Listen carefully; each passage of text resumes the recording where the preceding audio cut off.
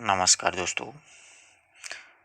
देखिए, हमने एनसीईआरटी की बुकों से बैंक और बीमा का अध्ययन कर लिया है। मैंने वो वीडियो डाल रखे हैं, आप प्लेलिस्ट में से पढ़ सकते हो और उनका लिंक है वो भी मैं आपको डिस्क्रिप्शन में दूंगा ज़रूर।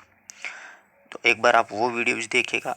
अब अपन आरबीएससी की जो बुकें हैं उनमें बैंक और बीमा से संबंधित कुछ चैप्टर जोड़े गए हैं, उनका अध्ययन करेंगे। पूरे वीडियो के साथ आप लगातार बने रहें। देखिए, 1 यूनिट पूरी जोड़ी गई है अपने बैंक और बीमा से संबंधित, तो कम से कम 5 प्रश्न आने तय है। तो वो 5 प्रश्न अपने गलत नहीं होने चाहिए। अपन पूरा जो चैप्टर है उसका अच्छे से अध्ययन करेंगे और बीच बीच में प्रश्न कैसे बनते हैं उनकी भी चर्चा करते चलेंगे। और उस प्रकार के छोटे छोटे प्रश्न आप भी बना करके अपनी तैयारी को सुनिश्चित या सुदृढ़ कर सकते हो। तो देखिए, बैंक वह संस्थान है जो मुद्रा एवं शाख का व्यवसाय करती है। यानी बैंक एक ऐसी संस्थान होती है जो मुद्राओं का निर्माण करती है और शाख का व्यवसाय मतलब शाख ग्राहकों के व्यवहार का व्यवसाय करती है। बैंक का मुख्य कार्य क्या होता है?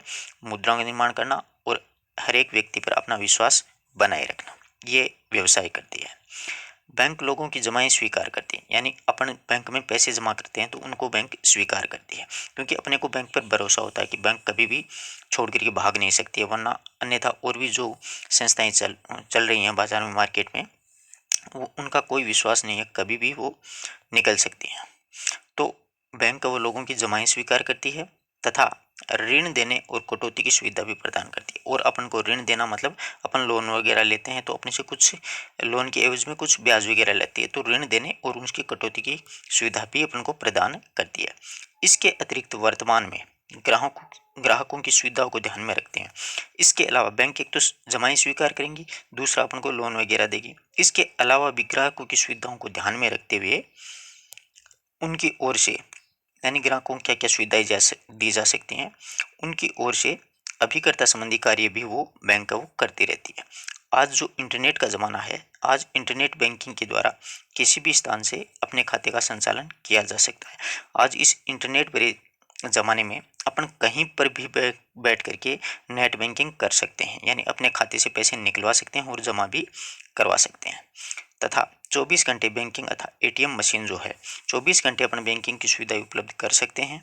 और एटीएम मशीन से 24 घंटे में कभी भी अपन ग्राहक होता है वो पैसा निकाल सकता है और जमा भी करवा सकता है। ये ध्यान में रखिएगा, एटीएम मशीन जो होती है वो सिर्फ पैसे निकलवाने के लिए नहीं होती है, बल्कि उसमें आजकल जमा भी अपन करवा सकते हैं। 24 घंटे में कभी भी जमा करवा सकते हैं। ये सारी सुविधाएं अपन को इंटरनेट के माध्यम से ही उपलब्ध हुई हैं। इंटरनेट नहीं था तो उससे पहले अपन को अगर दिन में अपन बैंक से पैसे निकलवा लिए तो या जमा करवा दिए तो ठीक है, वरना 5 बजे के बाद में अपन जैसे बैंक बंद होती थी अपन पैसे नहीं निकलवा सकते थे। तो ये सारा कारनामा इंटरनेट का ही है। भारतीय बैंकिंग अधिनियम 1949 के अनुसार, भारतीय बैंकिंग अधिनियम बना था 1949 के अनुसार, बैंक कंपनी वह होती है जो बैंकिंग का व्यवसाय करती है, यानी लेन देन का कार्य करती है। बैंकिंग से तात्पर्य, यानी बैंकिंग क्या होता है? ऋण देने या निवेश करने के लिए या तो ऋण दे सकती है या फिर अपन उसमें निवेश कर सकते हैं, अपन जमा करवा सकते हैं। तथा जनता से धन के रूप में जमा करवाना, या तो बैंक से अपन ऋण लेंगे या उसमें अपना धन जमा करवा देंगे। जो मांग पर देय होगा तथा जिस प्रकार से अपन बैंक से पैसे निकलवा सकते हैं, किस प्रकार से, चेक से, ड्राफ्ट से या किसी अन्य प्रकार से भी पैसे निकलवाए जा सकते हैं। तो बैंक से पहले जो पैसे निकलवाने थे तो वो या तो चेक से निकलवाओ या ड्राफ्ट से या फिर अन्य किसी प्रकार से भी अपन पैसे निकलवा सकते हैं। अब आगे देखिए, बैंक के मुख्य कार्य क्या होते हैं, बैंक क्या क्या कार्य करती है अपने लिए। तो बैंक इन 2 कार्यों के रूप में जाने जाते हैं। प्राथमिक कार्य जो प्रत्येक बैंक को अनिवार्य रूप से करने होते हैं, एक तो जमाएं स्वीकार करना, एक तो अपन पैसे जमा करवाते हैं, वो तो मुख्य कार्य होता है बैंक का। और दूसरा मुख्य कार्य होता है ऋण देना, यानी अपन को किसी पैसे की जरूरत है तो अपन को बैंक पैसे उपलब्ध करवाएगी। आई बात समझ में? 2 महत्वपूर्ण कार्य हैं, परीक्षा में पूछे जा सकते हैं बैंक के महत्वपूर्ण कार्य इनमें से कौन से हैं। तो जमाएं स्वीकार करना तथा ऋण देना। अब देखो, जमाएं स्वीकार करना क्या होता है। जमाएं स्वीकार करना आधुनिक बैंकों का एक प्रमुख कार्य जनता से निक्षेप या फिर जमाएं प्राप्त करना। आधुनिक जो बैंक है उनका मुख्य कार्य यही होता है कि जनता से निक्षेप से जमाएं स्वीकार करें, यानी उनके पैसे वो जमा करते रहे। समाज के विभिन्न वर्ग जो बचत करते हैं, समाज के विभिन्न वर्ग जो छोटे छोटे लोग हैं जो छोटी छोटी बचतें करते रहते हैं, उसे बैंकों में जमा करवा देते हैं, यानी छोटे छोटे जो बैंक जमाएं होती हैं वो बैंकों में जमा करवा देते हैं। इस प्रकार जनता के धन की सुरक्षा भी हो सकती है। इस प्रकार से अपना जो छोटा सा धन होता है अपन बैंक में जमा करवा दे तो अपने उस धन की सुरक्षा की गारंटी होती है, यानी बैंक में जमा करवा दिए तो सुरक्षा होगी, तथा उन्हें अपने जमाए पर कुछ ब्याज भी प्राप्त होता है। अपन कुछ बैंक में जमा कराते हैं तो एक मतलब थोड़ा बहुत अपन को ब्याज भी उसके एवज में मिलता है। तथा जनता है जो तथा जनता जो धन बैंकों में जमा करवाती है, बैंक उसे देश के निर्माण के लिए विभिन्न प्रकार के विनियोग करते हैं। अपन छोटे छोटे रूप में छोटी छोटी धनराशि बैंक में जमा करवाते हैं तो बैंक इसके एवज में अपन को ब्याज भी देती है, और साथ साथ में जनता का जो धन बैंकों में जमा होता है और बैंक उसे है बड़े उद्योगपति व्यवसायी जो होते हैं उनको देश का निर्माण करने के लिए उसको लोन के रूप में भी उपलब्ध करवा देती है।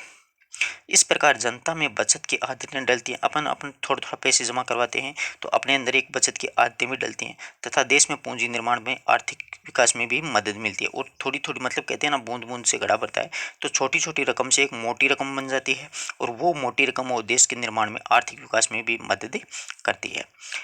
व्यापारिक बैंक निम्न खातों के द्वारा धनराशि जमा कराने की सुविधा प्रदान करती है। धनराशि यानी व्यापारिक जो बैंक हैं वो निम्न खाते, अलग अलग तरीके के खाते होते हैं, उसमें धनराशि जमा करवाने की सुविधा भी अपन को प्रदान करती है। पहली है सावधि जमा खाता। देखो सावधि जमा खाता क्या होता है। इस खाते में एक निश्चित अवधि के लिए धन जमा होता है। मतलब कहने का ये है कि जैसे अपन अपने पास में 5 लाख रुपए हैं और अपन उसको एक निश्चित तिथि के रूप में जमा करवाते हैं, निश्चित समय के रूप में जमा करवाते हैं, जैसे एफडी वगैरह करवा दी जाती है, तो वो एफडी वगैरह एक निश्चित समय अवधि होती है। उसके दौरान अगर अपन वहाँ पर पैसे जमा करवाते हैं तो बैंक उसके एवज में अपन को अच्छा ब्याज भी उपलब्ध करवाती है। तो सावधि जमा खाता वो होता है, इस खाते में एक निश्चित अवधि के लिए धन जमा होता है। एक निश्चित अवधि होती है, 3 साल, 5 साल, 6 साल, 10 साल ऐसे, और जमा अवधि ग्राहक को निम्न सुविधा अनुसार निर्धारित किया जाता है। और ये जो अवधि है वो ग्राहक को निम्न सुविधा के अनुसार निर्धारित करता है, तथा बैंक इस पर अधिक मात्रा में ब्याज देती है। बैंक होती है वो एफडी वगैरह करते हैं तो अधिक मात्रा में ब्याज देती है। जैसे 5 साल के लिए अपने 2 लाख जमा करवाए तो 5 साल बाद में अपन को उसके 3.5 लाख 4 लाख रुपए मिलते हैं। सामान्यतः सावधि जमा खाते में जमा राशि देय तिथि को मिलती है, यानी सावधि जमा खाता होती है उसमें अपन कोई पैसे जमा करवाते हैं तो एक निश्चित देय तिथि होती है, यानी इस तारीख से पहले अपन को, यानी इस 2 या 3 साल से पहले आपको पैसे नहीं मिलेंगे, तो बैंक होती है वो एक निश्चित तिथि पर ही उनको वापस पैसे उपलब्ध करवाती है। जमाकर्ता की सुविधा के अनुसार बैंक सावधि जमा की जमानत पर ऋण भी प्रदान करता है। एक जमाकर्ता होता है उसकी सुविधा के अनुसार अगर अपन ने 10 लाख जमा करवाए तो उसके आधार पर अपन को उसके आधार पर अपन को ऋण भी उपलब्ध मिल जाता है, यानी लोन वगैरह भी उपलब्ध हो जाता है। तथा ब्याज की दर में कुछ कटौती करके देय तिथि से पूर्व जमा धन होता है वो निकालने की सुविधा भी प्रदान करती है। इसमें देखो समझने की बात यह है कि जैसे एक अपन एफडी करवाते हैं 5 साल के लिए 2 लाख रुपए की, तो अगर 5 साल बाद मिलेंगे तो अपन को 2 लाख के 3.5 या 4 लाख रुपए मिल जाएंगे। परंतु अपन को अर्जेंटली कोई काम पड़ गया लाइफ में 5 साल से पहले, तो सरकार जो बैंक होती है उसका एक नियम होता है, वो एक ब्याज की दर में निम्न कटौती कर देती है। अपन को कुछ पैसे बैंक को देने पड़ते हैं और उस तिथि से पहले भी अपने, यानी तिथि से पूर्व भी अपना जमा धन है वो निकलने की सुविधा भी अपन को प्रदान होती है कि हमें फलां काम के लिए आप इन पैसों की ज़रूरत पड़ गई है, इसलिए ये पैसे हमें जल्दी निकलवा लें, तो बैंक उसके एवज में अपने से कुछ ब्याज के रूप में पैसे कटौती करेगी और अपने को अपना 2 लाख रुपए जो है उसमें से मतलब 1.5 लाख या 2.25 लाख रुपए अपन को वापस से उपलब्ध करवा देगी, यानी तिथि से पहले ही अपन को उपलब्ध करवा देगी। ये होता है सावधि जमा खाता। पूछा जा सकता है ऐसा प्रश्न कि ऐसा खाता कौन सा होता है जिसमें मतलब एक निश्चित तिथि के लिए पैसे जमा करवाए जाते हैं, तो सावधि जमा खाता ऐसा कौन सा खाता होता है जिसके अंतर्गत मतलब अपने को ज़रूरत पड़ी तो समय से पहले भी अपन पैसे निकलवा सकते हैं, जिसके यूज़ में बैंक होती है वो कुछ ब्याज के रूप में पैसे की कटौती करके अपन को वापस दे देती है। तो सावधि जमा खाता। बचत बैंक, ये दूसरा खाता होता है बचत बैंक खाता। ये खाता अल्प समय या फिर मध्य आय वर्ग के, अल्प या फिर मध्य आय वर्ग जो लोग होते हैं, निम्न वर्ग के या मिडिल क्लास फैमिली के लोग होते हैं, उन व्यक्तियों के लिए अधिक उपयोगी होता है ये बचत खाता होता है। अपन आम लोग होते हैं, अपन ये बचत खाता ही खुलवाते हैं बैंक में। इसके माध्यम से कोई भी व्यक्ति अपने छोटी छोटी बचतों को बैंक में जमा करवा सकता है, यानी छोटी छोटी बचत होती है, जैसे महीने के अपन ने 2,000 जमा करवा दिए, 5,000 करवा दिए, 4,000 करवा दिए, 100, 200 कितने भी अपनी जितनी हैसियत होती है उसके अनुसार अपन उसमें पैसे जमा करवा देते हैं। ठीक है, बैंक में जमा करवा सकते हैं तथा आवश्यकता पड़ने पर उसे अपन वापस भी निकलवा सकते हैं। जैसे अपन ने 10 या 12 महीने अपन लगातार 2-2 हज़ार रुपये जमा करवाए, अचानक अपन को किसी 10-15 हज़ार रुपये की ज़रूरत पड़ गई तो अपन उसमें से पैसे निकलवा सकते हैं। इस खाते में जमा धन पर कम मात्रा में ब्याज मिलता है, यानी नामात्र का ब्याज ही मिलता है, परंतु अपना धन वो सुरक्षित रहता है।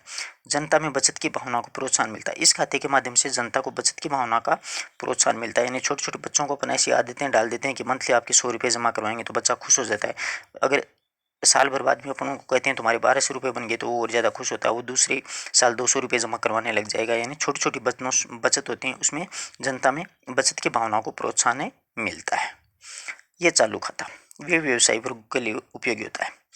यह खाता सामान्यतः व्यापारी वर्ग के लिए उपयोगी होता है। यानी चालू खाते में आप दिन में कितने भी बार ट्रांजैक्शन कर सकते हो, कितनी बार जमा करवा सकते हो, कितनी बार निकलवा सकते हो, यानी डेबिट क्रेडिट कितना भी कर सकते हो, परंतु इसमें ब्याज नहीं मिलता है।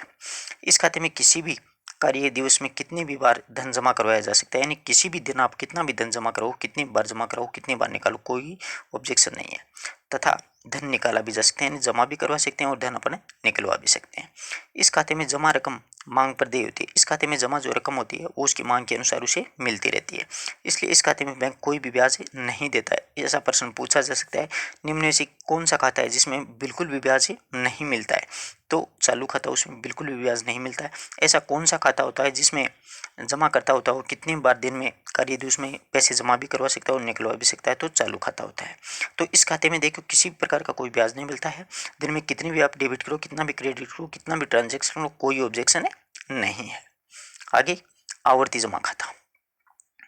आवर्ती जमा खाता, तो देखिए आवर्ती जमा खाता क्या होता है।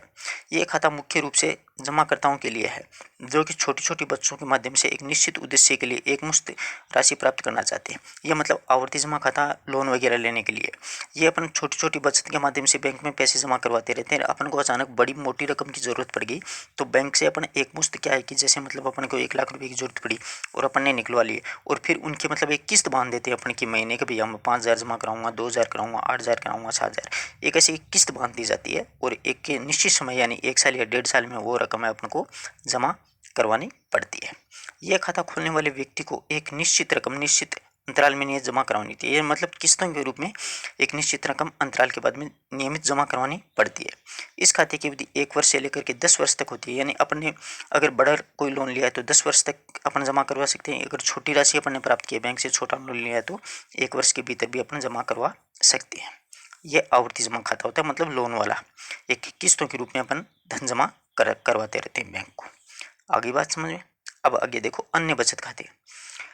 अब अन्य बचत खातों में देखिए व्यापारिक बैंकों के द्वारा विभिन्न उद्देश्यों के अनुरूप गृह बचत खाता, एक तो अनुरूप एक गृह बचत खाता होता है, प्रतिदिन बचत खाता भी होता है, प्रतिदिन बचत जमा योजना, मासिक ब्याज आय जमा योजना और वेशक बचत योजना और कृषि जमा योजना आदि होती है, जिसको अपन केसीसी बोलते हैं, कृषि जमा योजना, ये होते हैं।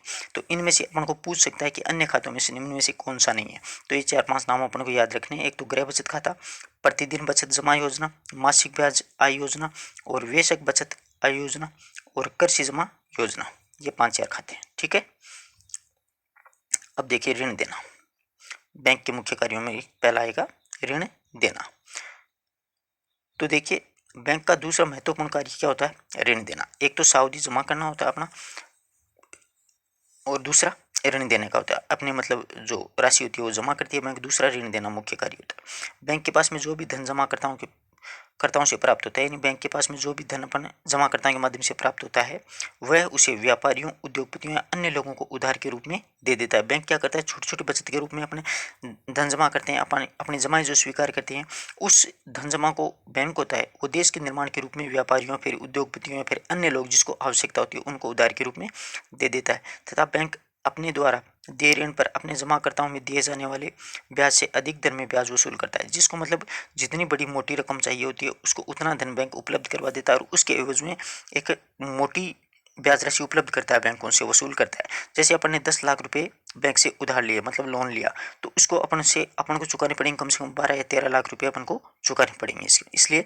मोटी रकम वसूल करता है ब्याज की बैंक होता है वो उस ग्राहक से, और इन्हीं ब्याज दरों का अंतराल बैंक लाभ उठाता है। और बैंक को लाभ इन्हीं ब्याज दरों से मिलता है, क्योंकि मोटा सेठ होता है उसको 10 लाख में 13 लाख देने में कोई प्रॉब्लम नहीं है, क्योंकि उनको एक साथ में 10 लाख रुपए मिल रहे हैं और 1 या 1.5 साल में उसको 13 लाख रुपए जमा करवाने पड़ते हैं, तो उसको कोई फर्क नहीं पड़ता है, क्योंकि वो मोटा व्यवसाय करता है, बड़ा व्यवसाय करता है। तो उसी ब्याज के अंतराल से बैंक होता है वो लाभ उठाता है। और बैंक के द्वारा ऋण की सुविधा निम्न प्रकार से दी जाती है, यानी बैंक किस प्रकार से ऋण देता है अपन को। तो नगद साख पहले तो होती है, नगद के रूप में कैसे देता है। इस पद्धति के अंतर्गत बैंक होता है वो प्रार्थी के लिए ऋण लेने की एक सीमा निर्धारित करता है। जैसे एक सीमा निर्धारित होती है, जैसे अपन ने कोई ब्याज लिया तो अपने ने 1 साल का उस बैंक को टारगेट किया कि भाई 1 साल में मैं आपको पैसे वापस लौटा दूंगा। तो उस 1 साल के भीतर अगर टारगेट अपना पूरा नहीं हो पाता तो बैंक अपन से और ज़्यादा राशि वसूल करता है। तो एक निश्चित समय निर्धारण करता है बैंक की, इतने समय में आपको पैसे देने होंगे। बैंक ये ऋण सामान्यतः व्यापारियों की जमानत पर स्वीकृति देता है, यानी व्यापारी को जमानत देना पड़ता है, उसके एवज में कुछ ना कुछ प्रॉपर्टी अपने को बैंक के पास में रखनी पड़ती है कि हम आपको इतने पैसे इतने समय में दे देंगे।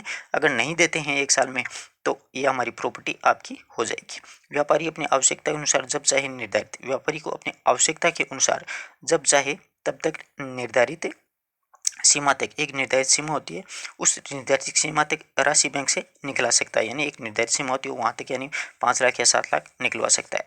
कि ब्याज केवल निकाली गई राशि पर ही वसूला जाता है। जैसे अपने 5 लाख उधार लिए बैंक से निकाले तो 5 लाख क्या ही अपना ब्याज ही लगेगा, ज़्यादा नहीं लगेगा।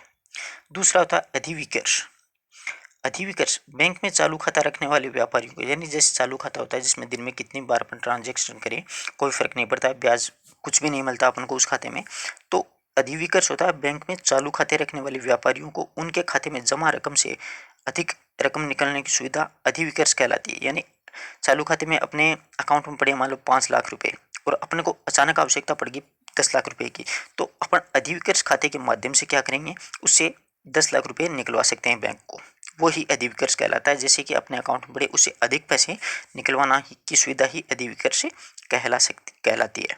यह सुविधा बैंक के द्वारा अल्पकाल व आकस्मिक आवश्यकताओं की पूर्ति हेतु दी जाती है। यानी अपने को अचानक आवश्यकता पड़ गई तो अपन 5 या 4 10 दिन या 15 दिन या महीने भर तक अपने ये पैसे निकलवा सकते हैं 10 लाख रुपए। ये नहीं है कि अपन 10 लाख रुपए लेकर के 2 साल तक बैंक की तरफ ही नहीं देखें, ऐसे कभी नहीं होगा, क्योंकि साफ साफ लिखा है कि ये सुविधा बैंक के द्वारा अल्पकाल के लिए थोड़े समय के लिए अपने आकस्मिक यानी अचानक अपने को किसी चीज़ की आवश्यकता पड़ गई तो इसकी पूर्ति हेतु अपने ये पैसे निकलवा सकते हैं। अधिविकर्ष की सीमा निर्धारण व्यापारी की साख पर निर्भर करता है, यानी व्यापारी की साख यानी अपने व्यवहार पर निर्भर करता है। साख का मतलब व्यवहार होता है, यानी अपने व्यवहार पर निर्भर करता है कि अपन बैंक से कितने पैसे कब समय तक निकाल रहे हैं। अपना व्यवहार अगर सही रहा, अपने 2 या 3 बार अधिविकर्ष के रूप में पैसे निकाले और निश्चित समय से पहले ही अपने बैंक को वापस लौटा दिए तो अपन दोबारा भी पैसे निकलवा सकते हैं। अदरवाइज बैंक अपने को ये सुविधा प्रदान नहीं करेगी। तो ये व्यापारी की साख पर निर्भर करता है कि वो कहाँ तक पैसे निकलवा सकता है। एक अच्छा व्यापारी होता है जो कि 10 लाख रुपए हैं, उस 10 लाख को मतलब 2 साल के लिए निकलवाता है। अगर 2 साल से पहले वो जमा करवा देता है तो कोई दिक्कत नहीं है, अगर वो नहीं जमा करवाता है तो बैंक उसको ये इजाज़तें नहीं देगा। आई बात समझ में। अधिविकर्ष क्या होता है?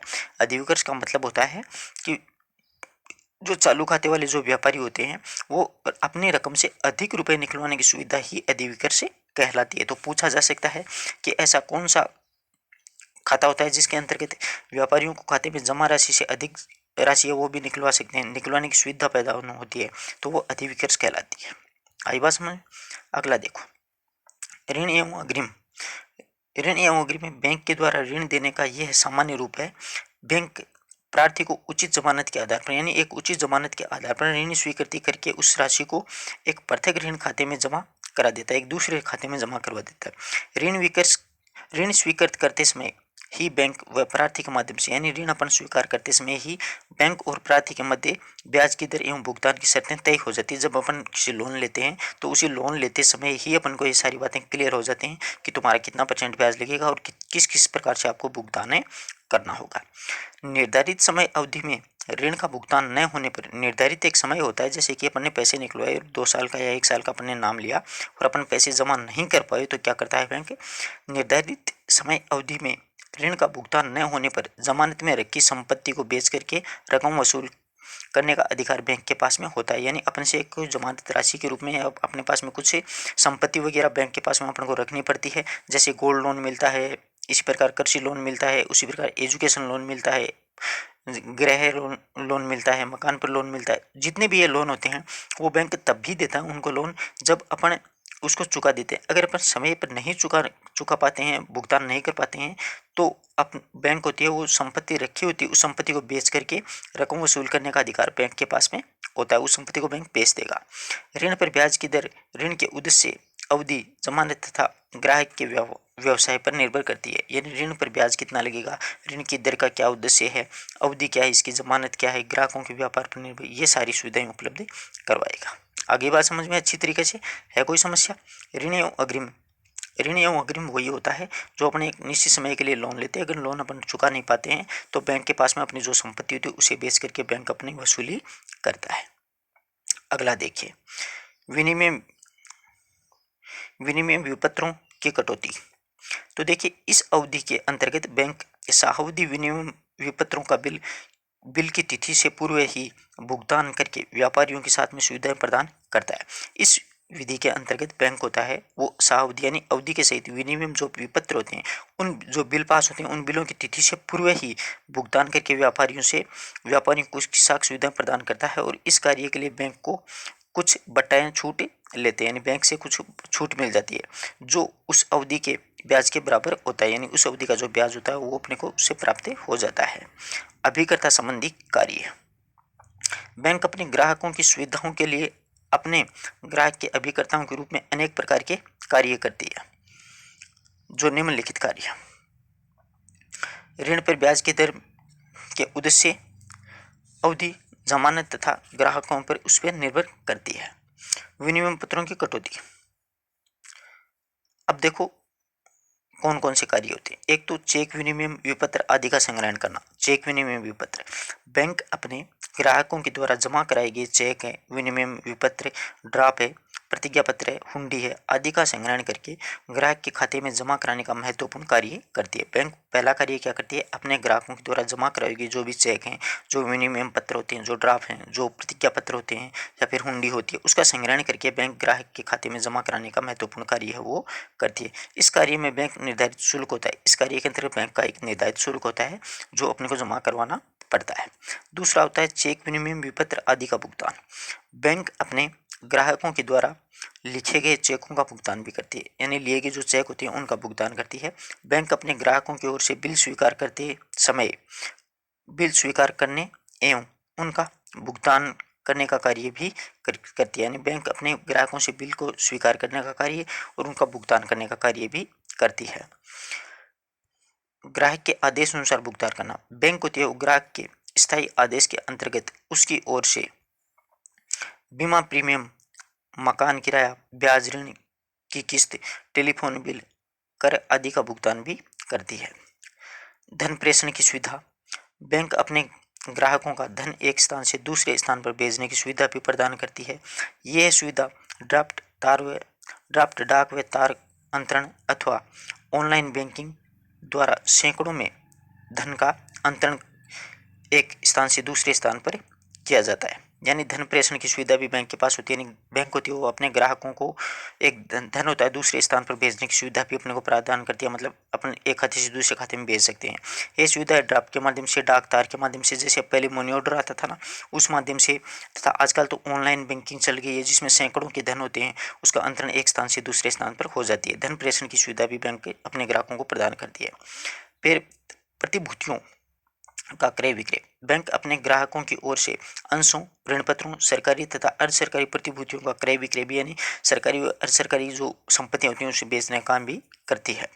प्रन्यास एवं प्रबंधन के रूप में कार्य। ग्राहक के आदेश पर बैंक उसकी संपत्ति की व्यवस्था विभाजन बैंक उसकी संपत्ति की व्यवस्था, विभाजन एवं प्रबंधन हेतु प्रन्यासी प्रबंधन एवं निष्पादन का कार्य भी बैंक होती है वो करती है। यानी ग्राहक के आदेश पर बैंक उसकी संपत्ति की व्यवस्था, उसका विभाजन, उसका प्रबंधन हेतु प्रन्यासी यानी उसके कितने के उत्तराधिकारी हैं उनका प्रबंधन, उसका निष्पादन, ये कार्य भी बैंक ही करती है। प्रतिनिधि संबंधी कार्य। बैंक अपने ग्राहक के आदेश पर उसके लिए पासपोर्ट है, विदेश यात्रा की विनिमय और अन्य सुविधाएं उपलब्ध कराने का कार्य हो वो भी बैंक करती है। एटीएम मशीन 24 घंटे धनराशि निकलवाने व जमा करवाने की सुविधा भी प्रदान करती है। आधुनिक युग में जो नेट बैंकिंग आ गई है उसमें ये सुविधा उपलब्ध है। तो देखो, आधुनिक युग में बैंकों में धन जमा कराने व निकलवाने के लिए बैंक की शाखा में जाकर के धन जमा करवाना व निकलवाने की आवश्यकता नहीं है, यानी मूल शाखा में अपने को जाने की कोई आवश्यकता नहीं है। बैंक की मूल शाखा में जाने की अपने को कोई आवश्यकता नहीं है, क्योंकि बैंक ग्राहकों को उसके खाते में डेबिट कार्ड खाता भी नहीं है, डेबिट कार्ड तथा खाता भी नहीं है, तो भी क्रेडिट कार्ड प्रदान करता है। इस प्लास्टिक के कार्ड को ग्राहकों के शहर में नहीं वरन सभी जगह संपूर्ण देश में, यानी ये जो प्लास्टिक का कार्ड अपन को मिलता है उसका संपूर्ण देश में कहीं पर भी कार्ड के माध्यम से एटीएम मशीन से 24 घंटे में धन निकलवा सकता है तथा जमा भी करवा सकता है। डेबिट कार्ड के माध्यम से धन निकलवाने पर कोई भी ब्याज नहीं देना पड़ता है। डेबिट कार्ड से अगर अपन धन निकलवाते हैं तो अपन को कोई भी ब्याज नहीं देना पड़ता है, जबकि क्रेडिट कार्ड से धन निकलवाने से ब्याज चुकाना पड़ता है। लेकिन क्रेडिट कार्ड होता है उससे अगर अपन धन निकलवाना चाहते हैं तो उस पर एक निश्चित ब्याज की रकम है वो अपने को चुकानी पड़ती है। तो एटीएम मशीन है उसमें 24 घंटे में अपन कहीं से भी पैसे निकलवा सकते हैं, कहीं से भी जमा करवा सकते हैं। ऐसी कोई मतलब अपने सामने समस्या नहीं होती है कि भाई अब बैंक बंद होगी तो हम शाखा में जाकर के कैसे बैंक में पैसे जमा करवाएं, कैसे निकलवाएं। वो सारी जो समस्याएं थी उनको दूर कर दिया वर्तमान में इंटरनेट बैंकिंग के माध्यम से। आगे देखिए, समाज उपयोगी कार्य। बैंक अपने ग्राहक के लिए अन्य उपयोगी कार्य करते हैं। एक तो आर्थिक स्थिति की जानकारी देना। आर्थिक स्थिति की जानकारी, कभी कभी व्यापारी बैंकों से अपने नवीन व्यापारी ग्राहकों की साख के बारे में पूछताछ करते हैं। नवीन व्यापारी ग्राहकों की साख के बारे में पूछताछ करते हैं तथा उनके लिए जो साख सीमा है वो निर्धारित करें तथा बैंक अपने ग्राहकों के लिए एक जानकारी प्राप्त करते हैं। बैंक अपने ग्राहकों के लिए ये जानकारी भी प्राप्त करते हैं तथा अपने ग्राहक की आर्थिक स्थिति की जानकारी अन्य व्यापारियों को देते हैं। अन्य व्यापार की जो आर्थिक स्थिति है उसकी जानकारी अन्य व्यापारियों को भी उपलब्ध करवा सकती है। लॉकर्स भी उपलब्ध हैं बैंकों में, जहाँ पर ग्राहकों की बहुमूल्य सामग्री मतलब आभूषण वगैरह, जैसे आभूषण है, महत्वपूर्ण दस्तावेज हैं, प्रतिभूतियाँ हैं आदि सुरक्षित रखने के लिए बैंक ग्राहकों को लॉकर्स या फिर सेफ डिपॉजिट वॉल्ट्स उपलब्ध करवाते हैं। समझ गए होंगे आप। लॉकर्स की उपलब्धता मतलब आभूषण हैं, महत्वपूर्ण दस्तावेज हैं, प्रतिभूतियाँ हैं, उनको सुरक्षित रखने के लिए बैंक है वो ग्राहकों को लॉकर्स या फिर सेफ डिपॉजिट वॉल्ट्स भी उपलब्ध करा रही है, ताकि ग्राहकों की बहुमूल्य वस्तुएं उसमें सुरक्षित रह सके, जिसमें अपने आभूषण वगैरह रखते हैं। यात्री चेक।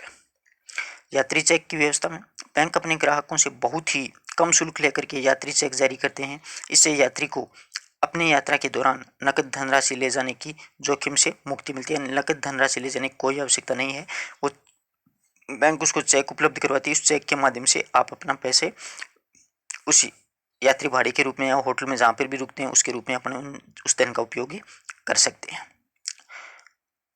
अभिगोपन कार्य। बैंक व्यापारियों और प्रतिष्ठित कंपनियों के अंश एवं ऋण पत्रों का अभिगोपन का कार्य, अर्थात यदि बाजार में अंश नहीं खरीदे जाए तो बैंक के द्वारा खरीदना। अधिगोपन कार्य वही होता है जो कि शेयर मार्केट होता है उसका कार्य होता है, वो भी करते हैं। इस कार्य में बैंक कमीशन लेते हैं, यानी ये शेयर वगैरह खरीदने में बैंक होते हैं वो उसका अपना खुद का कमीशन होता है। वित्तीय सलाहकार का कार्य।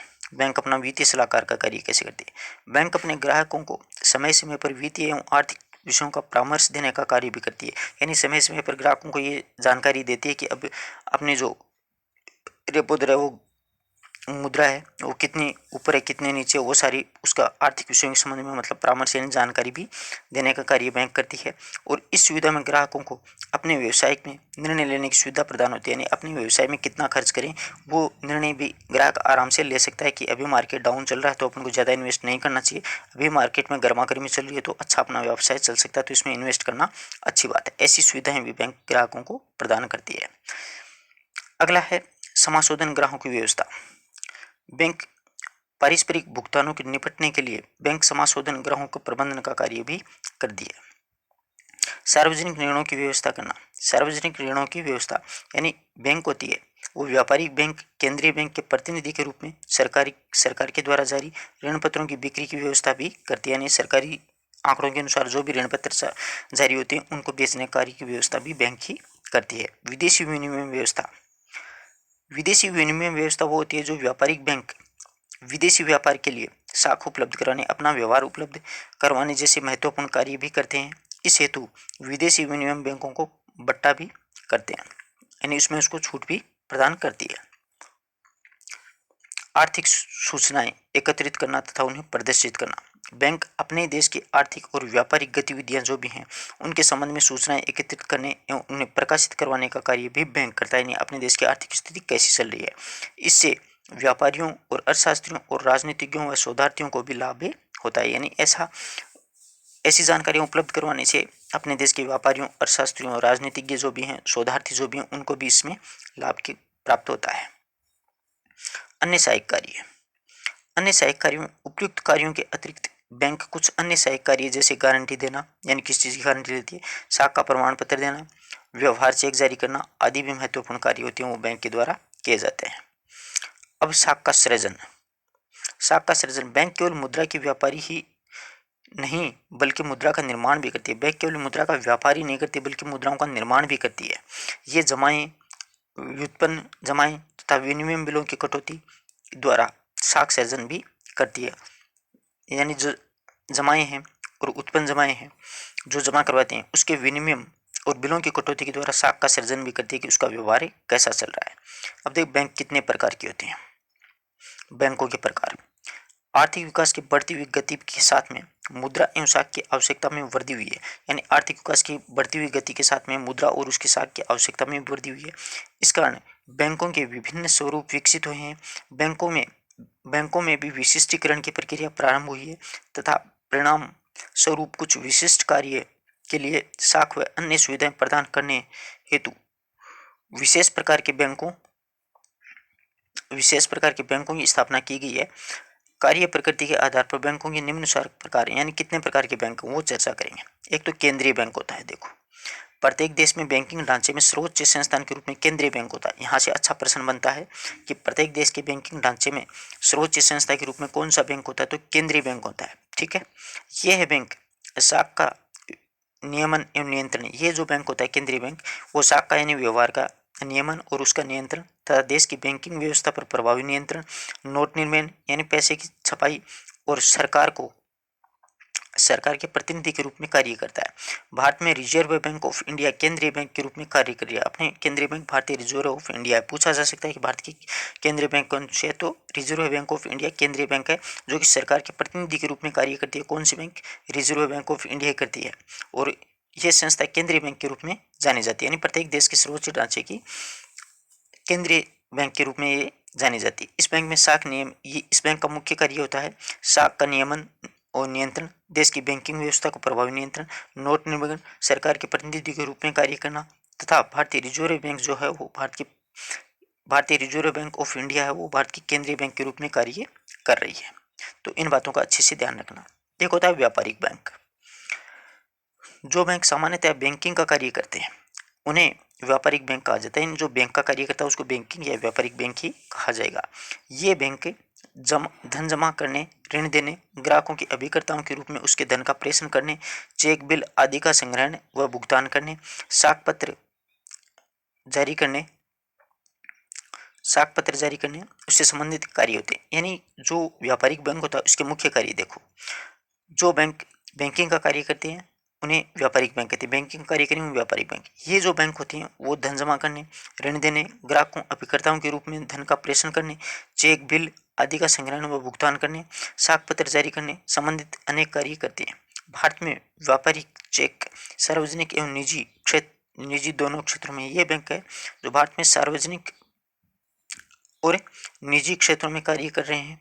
भारत में स्टेट बैंक समूह सहित 27 बैंक, भारत में स्टेट बैंक के समूह सहित 27 व्यापारिक बैंक सार्वजनिक क्षेत्र में कार्य कर रहे हैं। तो यहाँ से पूछा जा सकता है प्रश्न कि भारत में स्टेट बैंक समूह सहित कितने बैंक होते हैं जो कि सार्वजनिक क्षेत्र में कार्य कर रहे हैं, तो 27 बैंक है स्टेट बैंक समूह में। ठीक है, फिर सहकारी बैंक। सहकारी बैंक का मतलब ये होता है कि सब एक के लिए, एक सब के लिए। भारत में सहकारी बैंक विशेष रूप से कृषि साख की आवश्यकताओं को पूरा करने का कार्य करते हैं। तो यहाँ से प्रश्न पूछा जा सकता है कि भारत में ऐसा कौन सा बैंक है जो कृषि की साख की आवश्यकताओं को पूरा करने का कार्य करता है, तो ये सहकारी बैंक होता है। पूरा करने का कार्य करता है वो सहकारी बैंक। ये बैंक सहकारिता के सिद्धांत पर कार्य करता है। भारत में सहकारी का जो ढांचा वो त्रिस्तरीय है, ये भी ध्यान में रखना। भारत में सहकारिता का ढांचा कैसा है, त्रिस्तरीय। राज्य स्तर पर राज्य सहकारी बैंक, जिला स्तर पर राज्य स्तर पर देखो राज्य सहकारी बैंक, और जिला स्तर पर केंद्रीय केंद्रीय सहकारी बैंक तथा ग्राम स्तर पर प्रशासनिक सहकारी कृषि साख समितियां कार्यरत हैं। तो 3 तरीके के बैंक होते हैं सहकारी बैंक। राज्य स्तर पर राज्य सहकारी बैंक, जिला स्तर पर केंद्रीय सहकारी बैंक तथा ग्राम स्तर पर प्राथमिक सहकारी कृषि साख समितियां कार्यरत हैं। कृषि हेतु दीर्घकालीन साख उपलब्ध करवाने के लिए राज्य स्तर पर केंद्रीय भूमि विकास बैंक तथा जिला स्तर पर प्राथमिक भूमि विकास बैंक भी स्थापित किए गए हैं। इस प्रकार से ये सहकारी बैंक हैं, ये मूल रूप से कृषि कार्यों को ऋण उपलब्ध करवाने के लिए ही शुरू हैं। कृषि हेतु दीर्घकालीन साख उपलब्ध करवाना एवं राज्य स्तर पर केंद्रीय भूमि विकास बैंक तथा जिला स्तर पर प्राथमिक भूमि विकास बैंक स्थापित किए गए हैं। ये बैंक औद्योगिक विकास बैंक, औद्योगिक विकास बैंक, ये बैंक उद्योगों के आधारभूत ढांचे के विकास के लिए दीर्घकालिक एवं आसान शर्तों पर ऋण उपलब्ध करवाते हैं। ये बैंक प्रबंधकीय, तकनीकी व विपणन आदि के लिए मार्गदर्शन प्रदान करते हैं। भारत में आज़ादी के बाद में अनेक विकास बैंकों की स्थापना की गई है और राष्ट्रीय स्तर पर भारतीय औद्योगिक वित्त निगम 1948, ये याद रखना, पूछे जा सकते हैं। राष्ट्रीय स्तर पर भारतीय औद्योगिक वित्त निगम 1948, भारतीय औद्योगिक साख एवं विनिमय निगम 1955, भारतीय औद्योगिक विकास बैंक 1964, भारतीय औद्योगिक पुनर्निर्माण बैंक 1985, राज्य स्तर पर राज्य वित्त निगम कार्यरत हैं। राज्य वित्त निगम, तो ये 4-5 बैंक हैं, उनको अच्छी तरीके से याद रखना। देखो यहाँ से देखो, राष्ट्रीय स्तर पर भारतीय औद्योगिक वित्त निगम 1948 में स्थापना हुई, भारतीय औद्योगिक साख एवं विनियोग निगम की स्थापना 1955 में, भारतीय औद्योगिक विकास बैंक की स्थापना 1964 में, भारतीय औद्योगिक पुनर्निर्माण बैंक 1985 में और राज्य स्तर पर राज्य वित्त निगम की स्थापना की गई है। तो ये 4-5 अच्छी संस्थाएं हैं, उनके बारे में पूछा जा सकता है। अगर परीक्षा में पूछ ले अपन को भारतीय औद्योगिक विकास बैंक की स्थापना कब हुई, 1964 में, भारतीय औद्योगिक साख एवं विनियोग निगम की स्थापना 1955 में, राष्ट्रीय स्तर पर भारतीय औद्योगिक वित्त निगम की स्थापना 1948 में, भारतीय औद्योगिक पुनर्निर्माण बैंक की स्थापना 1985 में, ऐसे ये प्रश्न पूछे जा सकते हैं। यहाँ से क्षेत्रीय ग्रामीण बैंक, भारत में ग्रामीण क्षेत्रों में साख आपूर्ति की समुचित व्यवस्था हेतु क्षेत्रीय ग्रामीण विकास बैंकों की स्थापना की गई थी। प्रथम क्षेत्रीय ग्रामीण विकास की स्थापना 2 अक्टूबर 1975 को हुई थी। कब हुई थी? प्रथम क्षेत्रीय ग्रामीण विकास बैंक की स्थापना 2 अक्टूबर 1975 को। वर्तमान में देश में 516 जिलों में 196 क्षेत्रीय ग्रामीण बैंक, जो 14,000 से अधिक शाखाएं कार्यरत हैं। तो भारत में पहले क्षेत्रीय ग्रामीण बैंक की स्थापना 2 अक्टूबर 1975 को की गई थी। वर्तमान में देश में 516 जिलों में 196 क्षेत्रीय ग्रामीण बैंकों की 14,000 से अधिक शाखाएं कार्यरत हैं। तो ये यहाँ से पूछा जा सकता है, अच्छे से याद रखना। भारत में प्रथम क्षेत्रीय ग्रामीण बैंक की स्थापना 2 अक्टूबर 1975 को हुई थी। ठीक है।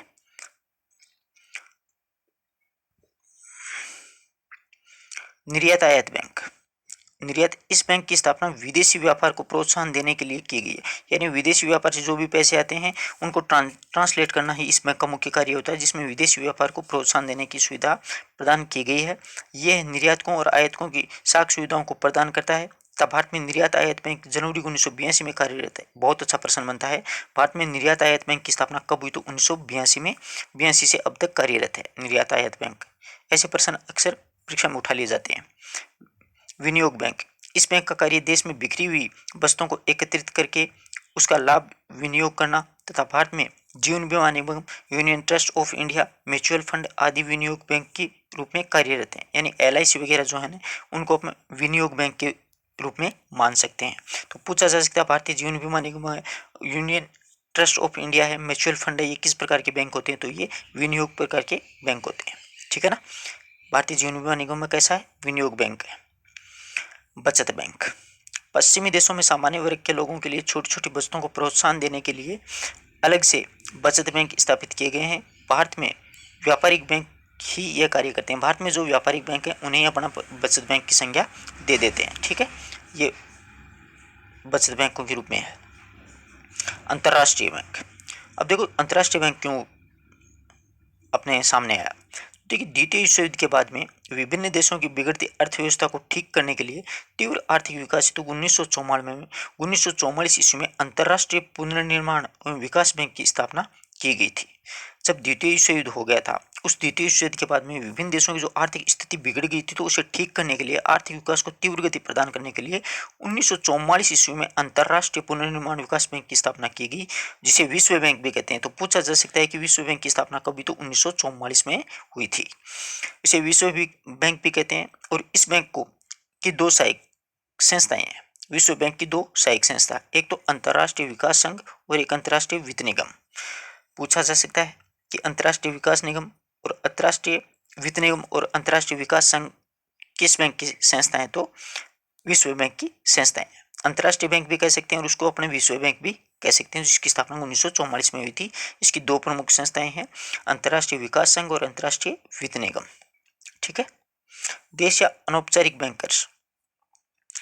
देश या अनौपचारिक बैंकों में देश या फिर अनौपचारिक बैंकर्स भारत के सभी भागों में पाए जाते हैं। ये कृषि व्यापार के लिए वित्त व्यवस्था करते हैं। यानी देश में अनौपचारिक जो बैंक हैं वो कहीं पर भी प्राप्त हो सकते हैं, वो कहीं पर भी मिल सकते हैं। इसका मुख्य कार्य होता है कृषि व व्यापार के लिए वित्त व्यवस्था करना। इन्हें महाजन, साहूकार, शराब आदि नामों से भी जाना जाता है। इनको महाजन, साहूकार, शराब आदि के नामों से भी इनको जाना जाता है। बैंकों के प्रलेख।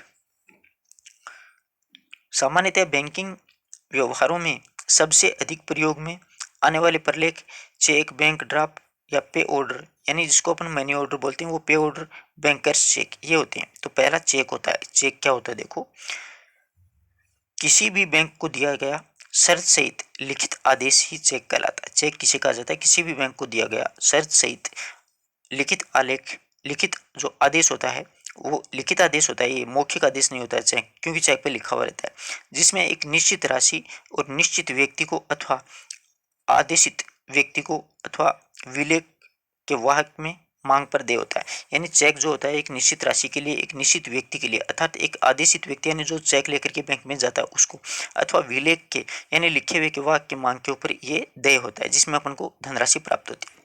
भारतीय विनिमय साध्य विलेख अधिनियम 1881 की धारा 6 के अनुसार चेक एक ऐसा विनिमय होता है, चेक एक ऐसा विनिमय पत्र है जो किसी भी विशेष बैंक पर लिखा जाता है और उसका भुगतान स्पष्ट रूप से मांग किए जाने के अतिरिक्त किसी अन्य प्रकार से नहीं होता है। यानी उसमें एक निश्चित राशि अपने को लिखनी पड़ती है और उस निश्चित राशि को जो बैंक में लेकर के चेक जाता है उसको बैंक को राशि उपलब्ध करवा देती है। इसके अतिरिक्त अन्य किसी प्रकार से नहीं हो सकता, यानी अन्य किसी प्रकार का नहीं हो सकता। अगर चेक में आपने छोटी मोटी काट छांट कर दी तो वो चेक अमान्य घोषित हो जाएगा। चेक के आवश्यक तत्व, यानी चेक में क्या क्या होना चाहिए, देखो, चेक सदैव लिखित आदेश होता है। ठीक है, ये कभी भी मौखिक नहीं होता है। चेक ग्राहक के द्वारा स्वयं बैंक को ही लिखा जाता है, यानी स्वयं ग्राहक होता है वो बैंक को लिखता है कि इसको हमको इतने पैसे चाहिए। चेक में कोई शर्त नहीं हो सकती है, चेक में कोई भी शर्त नहीं होती है। चेक के द्वारा निश्चित राशि का भुगतान होता है जो कि चेक में लिखी होती है। एक निश्चित राशि का भुगतान होता है, जैसे अपन चेक में 10,000 रुपये लिख दिए तो बैंक अपन को 10 ही देगा। अपन बीच में ये नहीं कह सकते सर हमें 20,000 रुपये चाहिए, नहीं, चेक में जितने लिखेंगे उतने ही अपन को प्राप्त होंगे। चेक का भुगतान किसी निश्चित व्यक्ति या फिर संस्था को ही होगा जिसका नाम चेक में लिखित होगा, यानी चेक जिसके नाम से बनेगा ना उसी को वो राशि प्राप्त होगी, या फिर उसका आदेशित या उसका भुगतान वह को ही किया जा सकता है, यानी जिसके नाम से चेक है उसी को पैसे मिलेंगे। चेक का भुगतान प्रापक के मांगने पर होगा। इसके भुगतान की तिथि ग्राहक के द्वारा निर्धारित की जाती है, यानी ग्राहक स्वयं लिखता है कि इस तारीख को इतने रुपए चाहिए अपन को, चेक में दिनांक डालनी पड़ती है। चेक में ग्राहक के हस्ताक्षर होने चाहिए तथा उसका मिलान बैंक के नमूने के हस्ताक्षर में होना चाहिए, यानी जैसे चेक अपना बैंक की पासबुक में जैसे हस्ताक्षर होते हैं ठीक वैसे ही उस पर होने जरूरी होते हैं। चेक पर खाता संख्या व दिनांक का होना आवश्यक होता है, यानी चेक पर एक तो खाता संख्या लिखी जाएगी और एक दिनांक लिखना आवश्यक है। बैंक के द्वारा निर्धारित प्रारूप में छपे हुए चेक के प्रयोग में ही लाए जा सकते हैं, यानी बैंक के द्वारा एक निर्धारित प्रारूप होता है उसमें छपे हुए चेक के प्रयोग में लिए जा सकते हैं। अब देखो चेक का नमूना आपको दिखा रहा हूँ।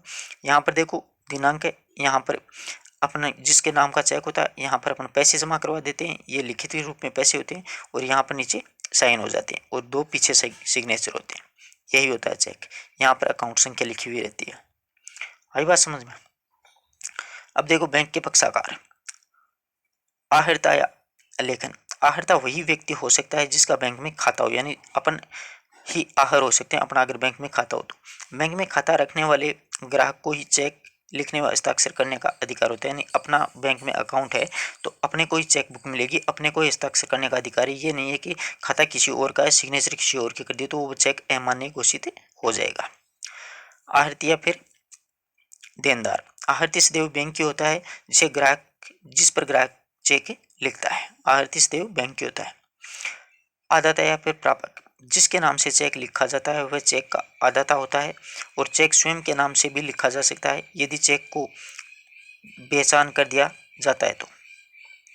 यदि चेक को बेचान कर दिया जाता है तो वह एक आदाता होता है। इस प्रकार जो पक्षकार चेक का भुगतान बैंक से प्राप्त करने के लिए अधिकृत होता है वह आदाता कहलाता है। मतलब अपन ही आदाता कहलाते हैं, अपने नाम से चेक बुक बनती है और अपने उसमें सिग्नेचर करके पैसे निकलवा सकते हैं। ठीक है, इसमें साफ लिखा हुआ है जिसके नाम से चेक लिखा जाता है वही आदाता होता है। ठीक है ना, जिसके नाम से, जैसे खाता आपके नाम है, आपने मेरे नाम से चेक बनाया है तो मैं ही उसका आदाता कहलाऊंगा, यानी मुझे पैसे देगी बैंक। ठीक है। Bank draft. पक्षाकार विनियम साध्य विलेख अधिनियम की धारा 85(a) के अनुसार बैंक ड्राफ्ट किसी भी बैंक की शाखा के द्वारा उसी बैंक की दूसरी शाखा के नाम लिखा गया एक आदेश है जिसमें लिखी हुई रकम को आदेशानुसार व्यक्ति के द्वारा मांगने पर भुगतान करने का आदेश दिया जाता है। बैंक ड्राफ्ट में बैंक ड्राफ्ट से दूसरे स्थान पर धन प्रेषण का एक सरल और सुरक्षित मितव्ययी उपाय है। जिसे बैंक के द्वारा पूरा मूल्य या कमीशन प्राप्त करने के बाद जारी किया जाता है। बैंक ड्राफ्ट के पक्षकार कौन कौन से हैं? एक तो निर्गमन बैंक। निर्गमक बैंक मतलब बैंक ड्राफ्ट जारी करने वाले बैंकों का निर्गमन बैंक कहा जाता है, जो निर्धारित शुल्क या फिर कमीशन लेकर के बैंक ड्राफ्ट बनाता है। ड्राफ्ट के माध्यम से निर्गमक बैंक शोधी बैंक के आदेश देता है और कि प्रेषक के द्वारा ड्राफ्ट प्रस्तुत करने या फिर उसकी राशि का भुगतान कर दिया जाता है जितनी राशि अपन को चाहिए होती है। क्रेता। जो व्यक्ति ड्राफ्ट बनवाता है उसे ड्राफ्ट का क्रेता कहते हैं, यानी जो व्यक्ति ड्राफ्ट बनाएगा वही उसका क्या कहलाएगा? क्रेता कहलाएगा। क्रेता को कमीशन और ड्राफ्ट की राशि सहित निर्धारित प्रपत्र भर करके निर्गमक बैंक में जमा करवाना होता है। आदाता या फिर प्रापक। ड्राफ्ट जिस व्यक्ति या फिर जिस संस्थान के पक्ष में लिखा जाता है उसे ड्राफ्ट या फिर आदाता कहते हैं। शोधी बैंक आदाता या फिर प्रापक को ड्राफ्ट का भुगतान करने के लिए उत्तरदायी होता है, वो बैंक उसे भुगतान कर देता है। शोधी बैंक। जिस बैंक को ड्राफ्ट का या भुगतान करने का आदेश दिया जाता है वो शोधी बैंक कहलाती है, यानी जिसको बैंक आदेश देता है उसे क्या कहा जाता है? शोधी बैंक के नाम से जाना जाता है। ये ड्राफ्ट का नमूना है, देखो। ठीक है। आदाता या प्रापक। शोधी बैंक ये अपने पढ़ लिया। पे ऑर्डर, जिसको अपन मनी ऑर्डर बोलते हैं पुराने जमाने में, वो है ये पे ऑर्डर। पे ऑर्डर बैंक की ओर से स्थानीय ग्राहकों को भुगतान करने के लिए जारी किया जाता है। क्रेता के द्वारा पे ऑर्डर की राशि व फिर कमीशन बैंक में निर्धारित प्रपत्र के साथ जमा करवाने पर बैंक के द्वारा इसे जारी किया जाता है। इसका भुगतान उसी बैंक के द्वारा पे ऑर्डर को प्रस्तुत करने पर प्रापक को कर दिया जाता है। पे ऑर्डर बैंक ड्राफ्ट के नियम ही लागू होते हैं, किंतु उसका मूल्य बैंक ड्राफ्ट की तुलना में कम होता है। उसका मूल्य बैंक ड्राफ्ट की तुलना में क्या होता है? कम होता है। ये तो बैंक के सारे नियम। अब अपन बीमा के बारे में चर्चा करेंगे। देखो, बीमा भी अपने जुड़ा हुआ है, बहुत अच्छा टॉपिक है। पूरे वीडियो के साथ आप बने रहिए, बोर होने की आवश्यकता नहीं है, क्योंकि पढ़ाई में कोई चीज़ बोर नहीं होती है। देखिए, प्राचीन काल से ही भारत में मानव को जोखिम की रक्षा हेतु अपने अनेक प्रकार के प्रयास कर रहे हैं। यानी प्राचीन काल से भारत में मानव के जोखिम जो कार्य करते हैं, तो जोखिम की रक्षा हेतु अनेक प्रकार के प्रयास किए जाते हैं। राजा महाराजाओं से लेकर के बड़े बड़े व्यवसायी भी अपने यहाँ पर कार्य करने वाले कर्मियों की सुरक्षा हेतु अनेक प्रकार के उपाय करते हैं। यानी राजा महाराजाओं से लेकर के व्यापारियों के घरों में अगर कोई व्यक्ति कार्य करता है तो उस कार्य करने वाले कर्मियों की सुरक्षा हेतु अनेक उपाय किए जाते हैं।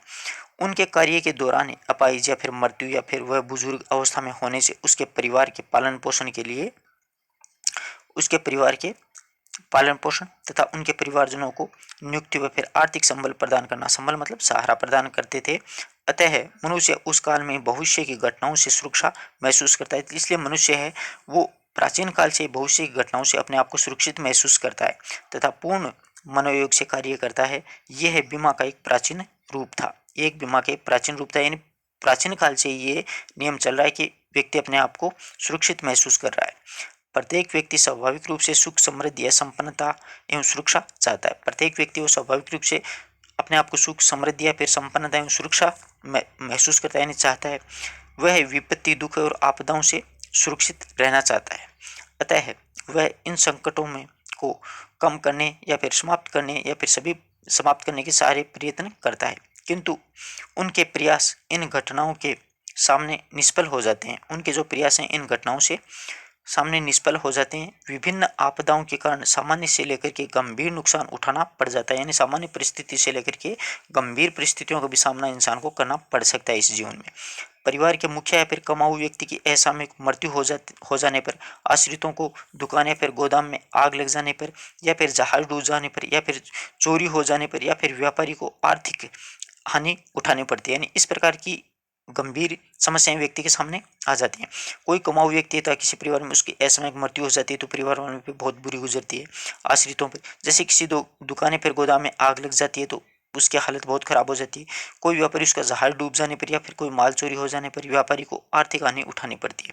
तात्पर्य इसमें यह है कि संपूर्ण मानव जीवन वातावरण अनिश्चितताओं जोखिम से भरा पड़ा है, यानी आज अपन सुरक्षित हैं परंतु आने वाले पल का हमको पता नहीं है अपने साथ क्या हो सकता है। अपनी असामयिक मृत्यु भी हो सकती है, अपने साथ में बहुत बड़ा नुकसान भी हो सकता है। बहुत मतलब अनिश्चितताओं भरा जोखिम भरा अपना पूरा जीवन है। उन्हीं जोखिमों की सुरक्षा प्राप्त करने की आवश्यकता को ही अपन बीमा ने जन्म दिया है। उन्हीं जोखिम भरी जो सुरक्षा उसे प्राप्त करने की आवश्यकता ने ही बीमा को क्या दिया है, जन्म दिया है। बीमा जो होती है वो संविदा परम सद्विश्वास के सिद्धांत पर आधारित है। दोनों पक्ष जो है बीमाकर्ता और बीमित के मध्य पारस्परिक सद्विश्वास के अभाव में बीमा संविदा व्यर्थ हो जाती है। बीमा जो होती है वो संविदा व्यर्थ हो जाती है। ठीक है, बीमा की परिभाषा विद्वानों ने क्या क्या दी है, तो ये दो परिभाषाएं अच्छे से याद रख लेना। एक तो सर विलियम वेवरीज की है। उनका कहना है कि सर विलियम वेवरीज के अनुसार बीमा जोखिमों के सामूहिक वहन को कहते हैं। बीमा जो होती है जोखिमों की सामूहिक वहन होती है, यानी जो भी अपने जोखिम उठाए उसका वहन करना ही अपने जीवन में क्या हुआ, बीमा हुआ। न्यायमूर्ति टिंडल क्या कहते हैं, उनके अनुसार बीमा एक अनुबंध होता है, यानी एक निश्चित समय का अनुबंध होता है जिसके अंतर्गत बिंबित या बीमाकर्ता को एक निश्चित अंशदान एक निश्चित घटना के घटित होने की जोखिम उठाने के प्रतिफल के रूप में दिया जाता है। तो न्यायमूर्ति टिंडल का मानना है कि बीमा एक अनुबंध जिसके अंतर्गत बिंबित बीमाकर्ता को एक निश्चित अंशदान और एक निश्चित घटना के घटित होने की जोखिम उठाने की प्रतिफल के रूप में देता है। विभिन्न विद्वानों के द्वारा बीमा की दी गई परिभाषाएं से क्या निष्कर्ष निकलता है, देखिए। दी गई परिभाषाओं का अध्ययन करने से यह स्पष्ट होता है कि बीमा एक अनुबंध है जिसमें बीमाकर्ता और एक निश्चित प्रतिफल के बदले बिंबित को किन्हीं पूर्व निर्धारित कारणों से हानि होने पर एक निश्चित धनराशि देने का वचन देता है, यही बीमा होती है। ठीक है, बीमा की विशेषताएं देखो। विभिन्न विद्वानों के द्वारा बीमा की दी गई निम्न विशेषताएं या परिभाषाएं ये होती हैं कि एक बीमा का अनुबंधन। पहली विशेषता देखिए, बीमा एक अनुबंधन है जिसमें बीमाकर्ता एक निश्चित प्रतिफल के बदले में बिंबित को किन्हीं पूर्व निर्धारित कारणों से हानि होने पर क्षतिपूर्ति करने या फिर निश्चित धनराशि का भुगतान करने का वचन देता है। ये दो पक्षाकार होते हैं, पहला तो बीमाकर्ता, दूसरा बिंबित। क्षतिपूर्ति का साधन देखिए, बीमा संकटों में होने वाली आर्थिक हानि का प्रतिकार करने का एक प्रभावी साधन है, अर्थात बीमा क्षतिपूर्ति की व्यवस्था करने का श्रेष्ठ उपाय है।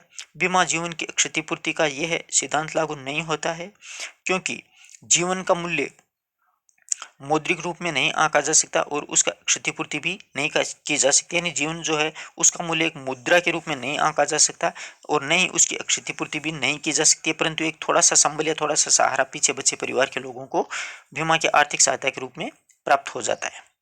निश्चित सिद्धांतों पर आधारित। अब देखिए, निश्चित सिद्धांतों पर आधारित है।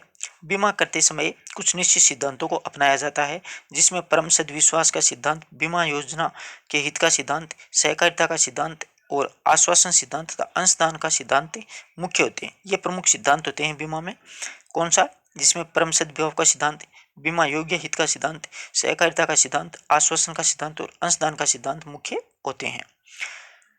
शुद्ध जोखिमों के लिए बीमा शुद्ध जोखिमों के लिए करवाया जा सकता है, अर्थात शुद्ध जोखिमों से तात्पर्य उन जोखिमों से है जिसमें केवल हानि होने की संभावना है, लाभ की नहीं है। जैसे मृत्यु है, दुर्घटना है, अग्नि से उत्पन्न होने वाली हानि होती है।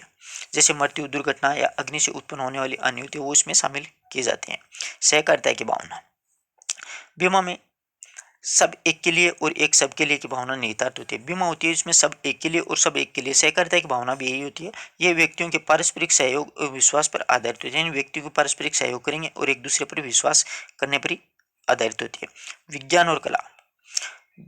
बीमा में संभावित सिद्धांत के आधार पर हानि के कारण प्रभावों का अनेक गणितीय विधियों एवं सांख्यिकी सूत्रों की सहायता से अंश राशि प्रीमियम का निर्धारण किया जाता है। अतः ये विज्ञान लोगों की जागरूक बनकर के बीमा के प्रति आकर्षित करने और संभावित होने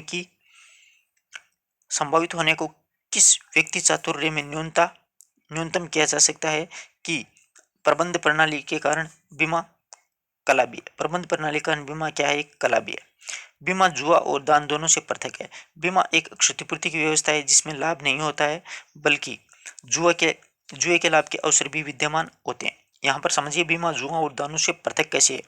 जुआ और दान से बीमा एक क्षतिपूर्ति की व्यवस्था जरूर है, इसमें लाभ नहीं होता है, बल्कि जुए में लाभ के अवसर विद्यमान होते हैं। बीमा एक जोखिम की सुरक्षा प्राप्त करने के लिए करवाया जाता है, जबकि जुए में लाभ और हानि तत्व दोनों ही विद्यमान रहते हैं। बीमाकर्ता बिंबित को जो राशि देता है वह कोई दान के रूप में नहीं देता है, बल्कि बिंबित के द्वारा चुकाए गए अंशदान के बदले में दिया जाता है। इसलिए बीमा कोई दान भी नहीं होता है, ना ही बीमा कोई जुआ होता है। जुए में लाभ और हानि दोनों होते हैं, जबकि बीमा में सिर्फ हानि होती है, अपन को अंशदान के रूप में राशि प्राप्त होती है। और इसी प्रकार बीमा में जो राशि दी जाती है वो कोई दान के रूप में नहीं दी जाती, बल्कि बिंबित व्यक्ति जो चुका रहा है अपन उसको दे रहा है, उसके अंशदान के रूप में कुछ मिलता है, इसलिए वो कोई दान नहीं होता है। ठीक है। घटना से घटित होने के भुगतान। बीमा में सामान्यतः एक निश्चित अवधि या घटना की घटित होने की निश्चित बिंबित व्यक्ति या फिर उसके उत्तराधिकारियों के द्वारा नामित व्यक्ति को एक निश्चित राशि का भुगतान किया जाता है। जीवन बीमा में बीमा की परिपक्वता और व्यक्ति की मृत्यु तथा अग्नि एवं सामुद्रिक बीमा में बिंबित घटना के कारण नुकसान होने पर भी भुगतान किया जा सकता है। ठीक है। बीमा की प्रक्रिया क्या क्या होती है? देखो, बीमा ऐसी प्रक्रिया है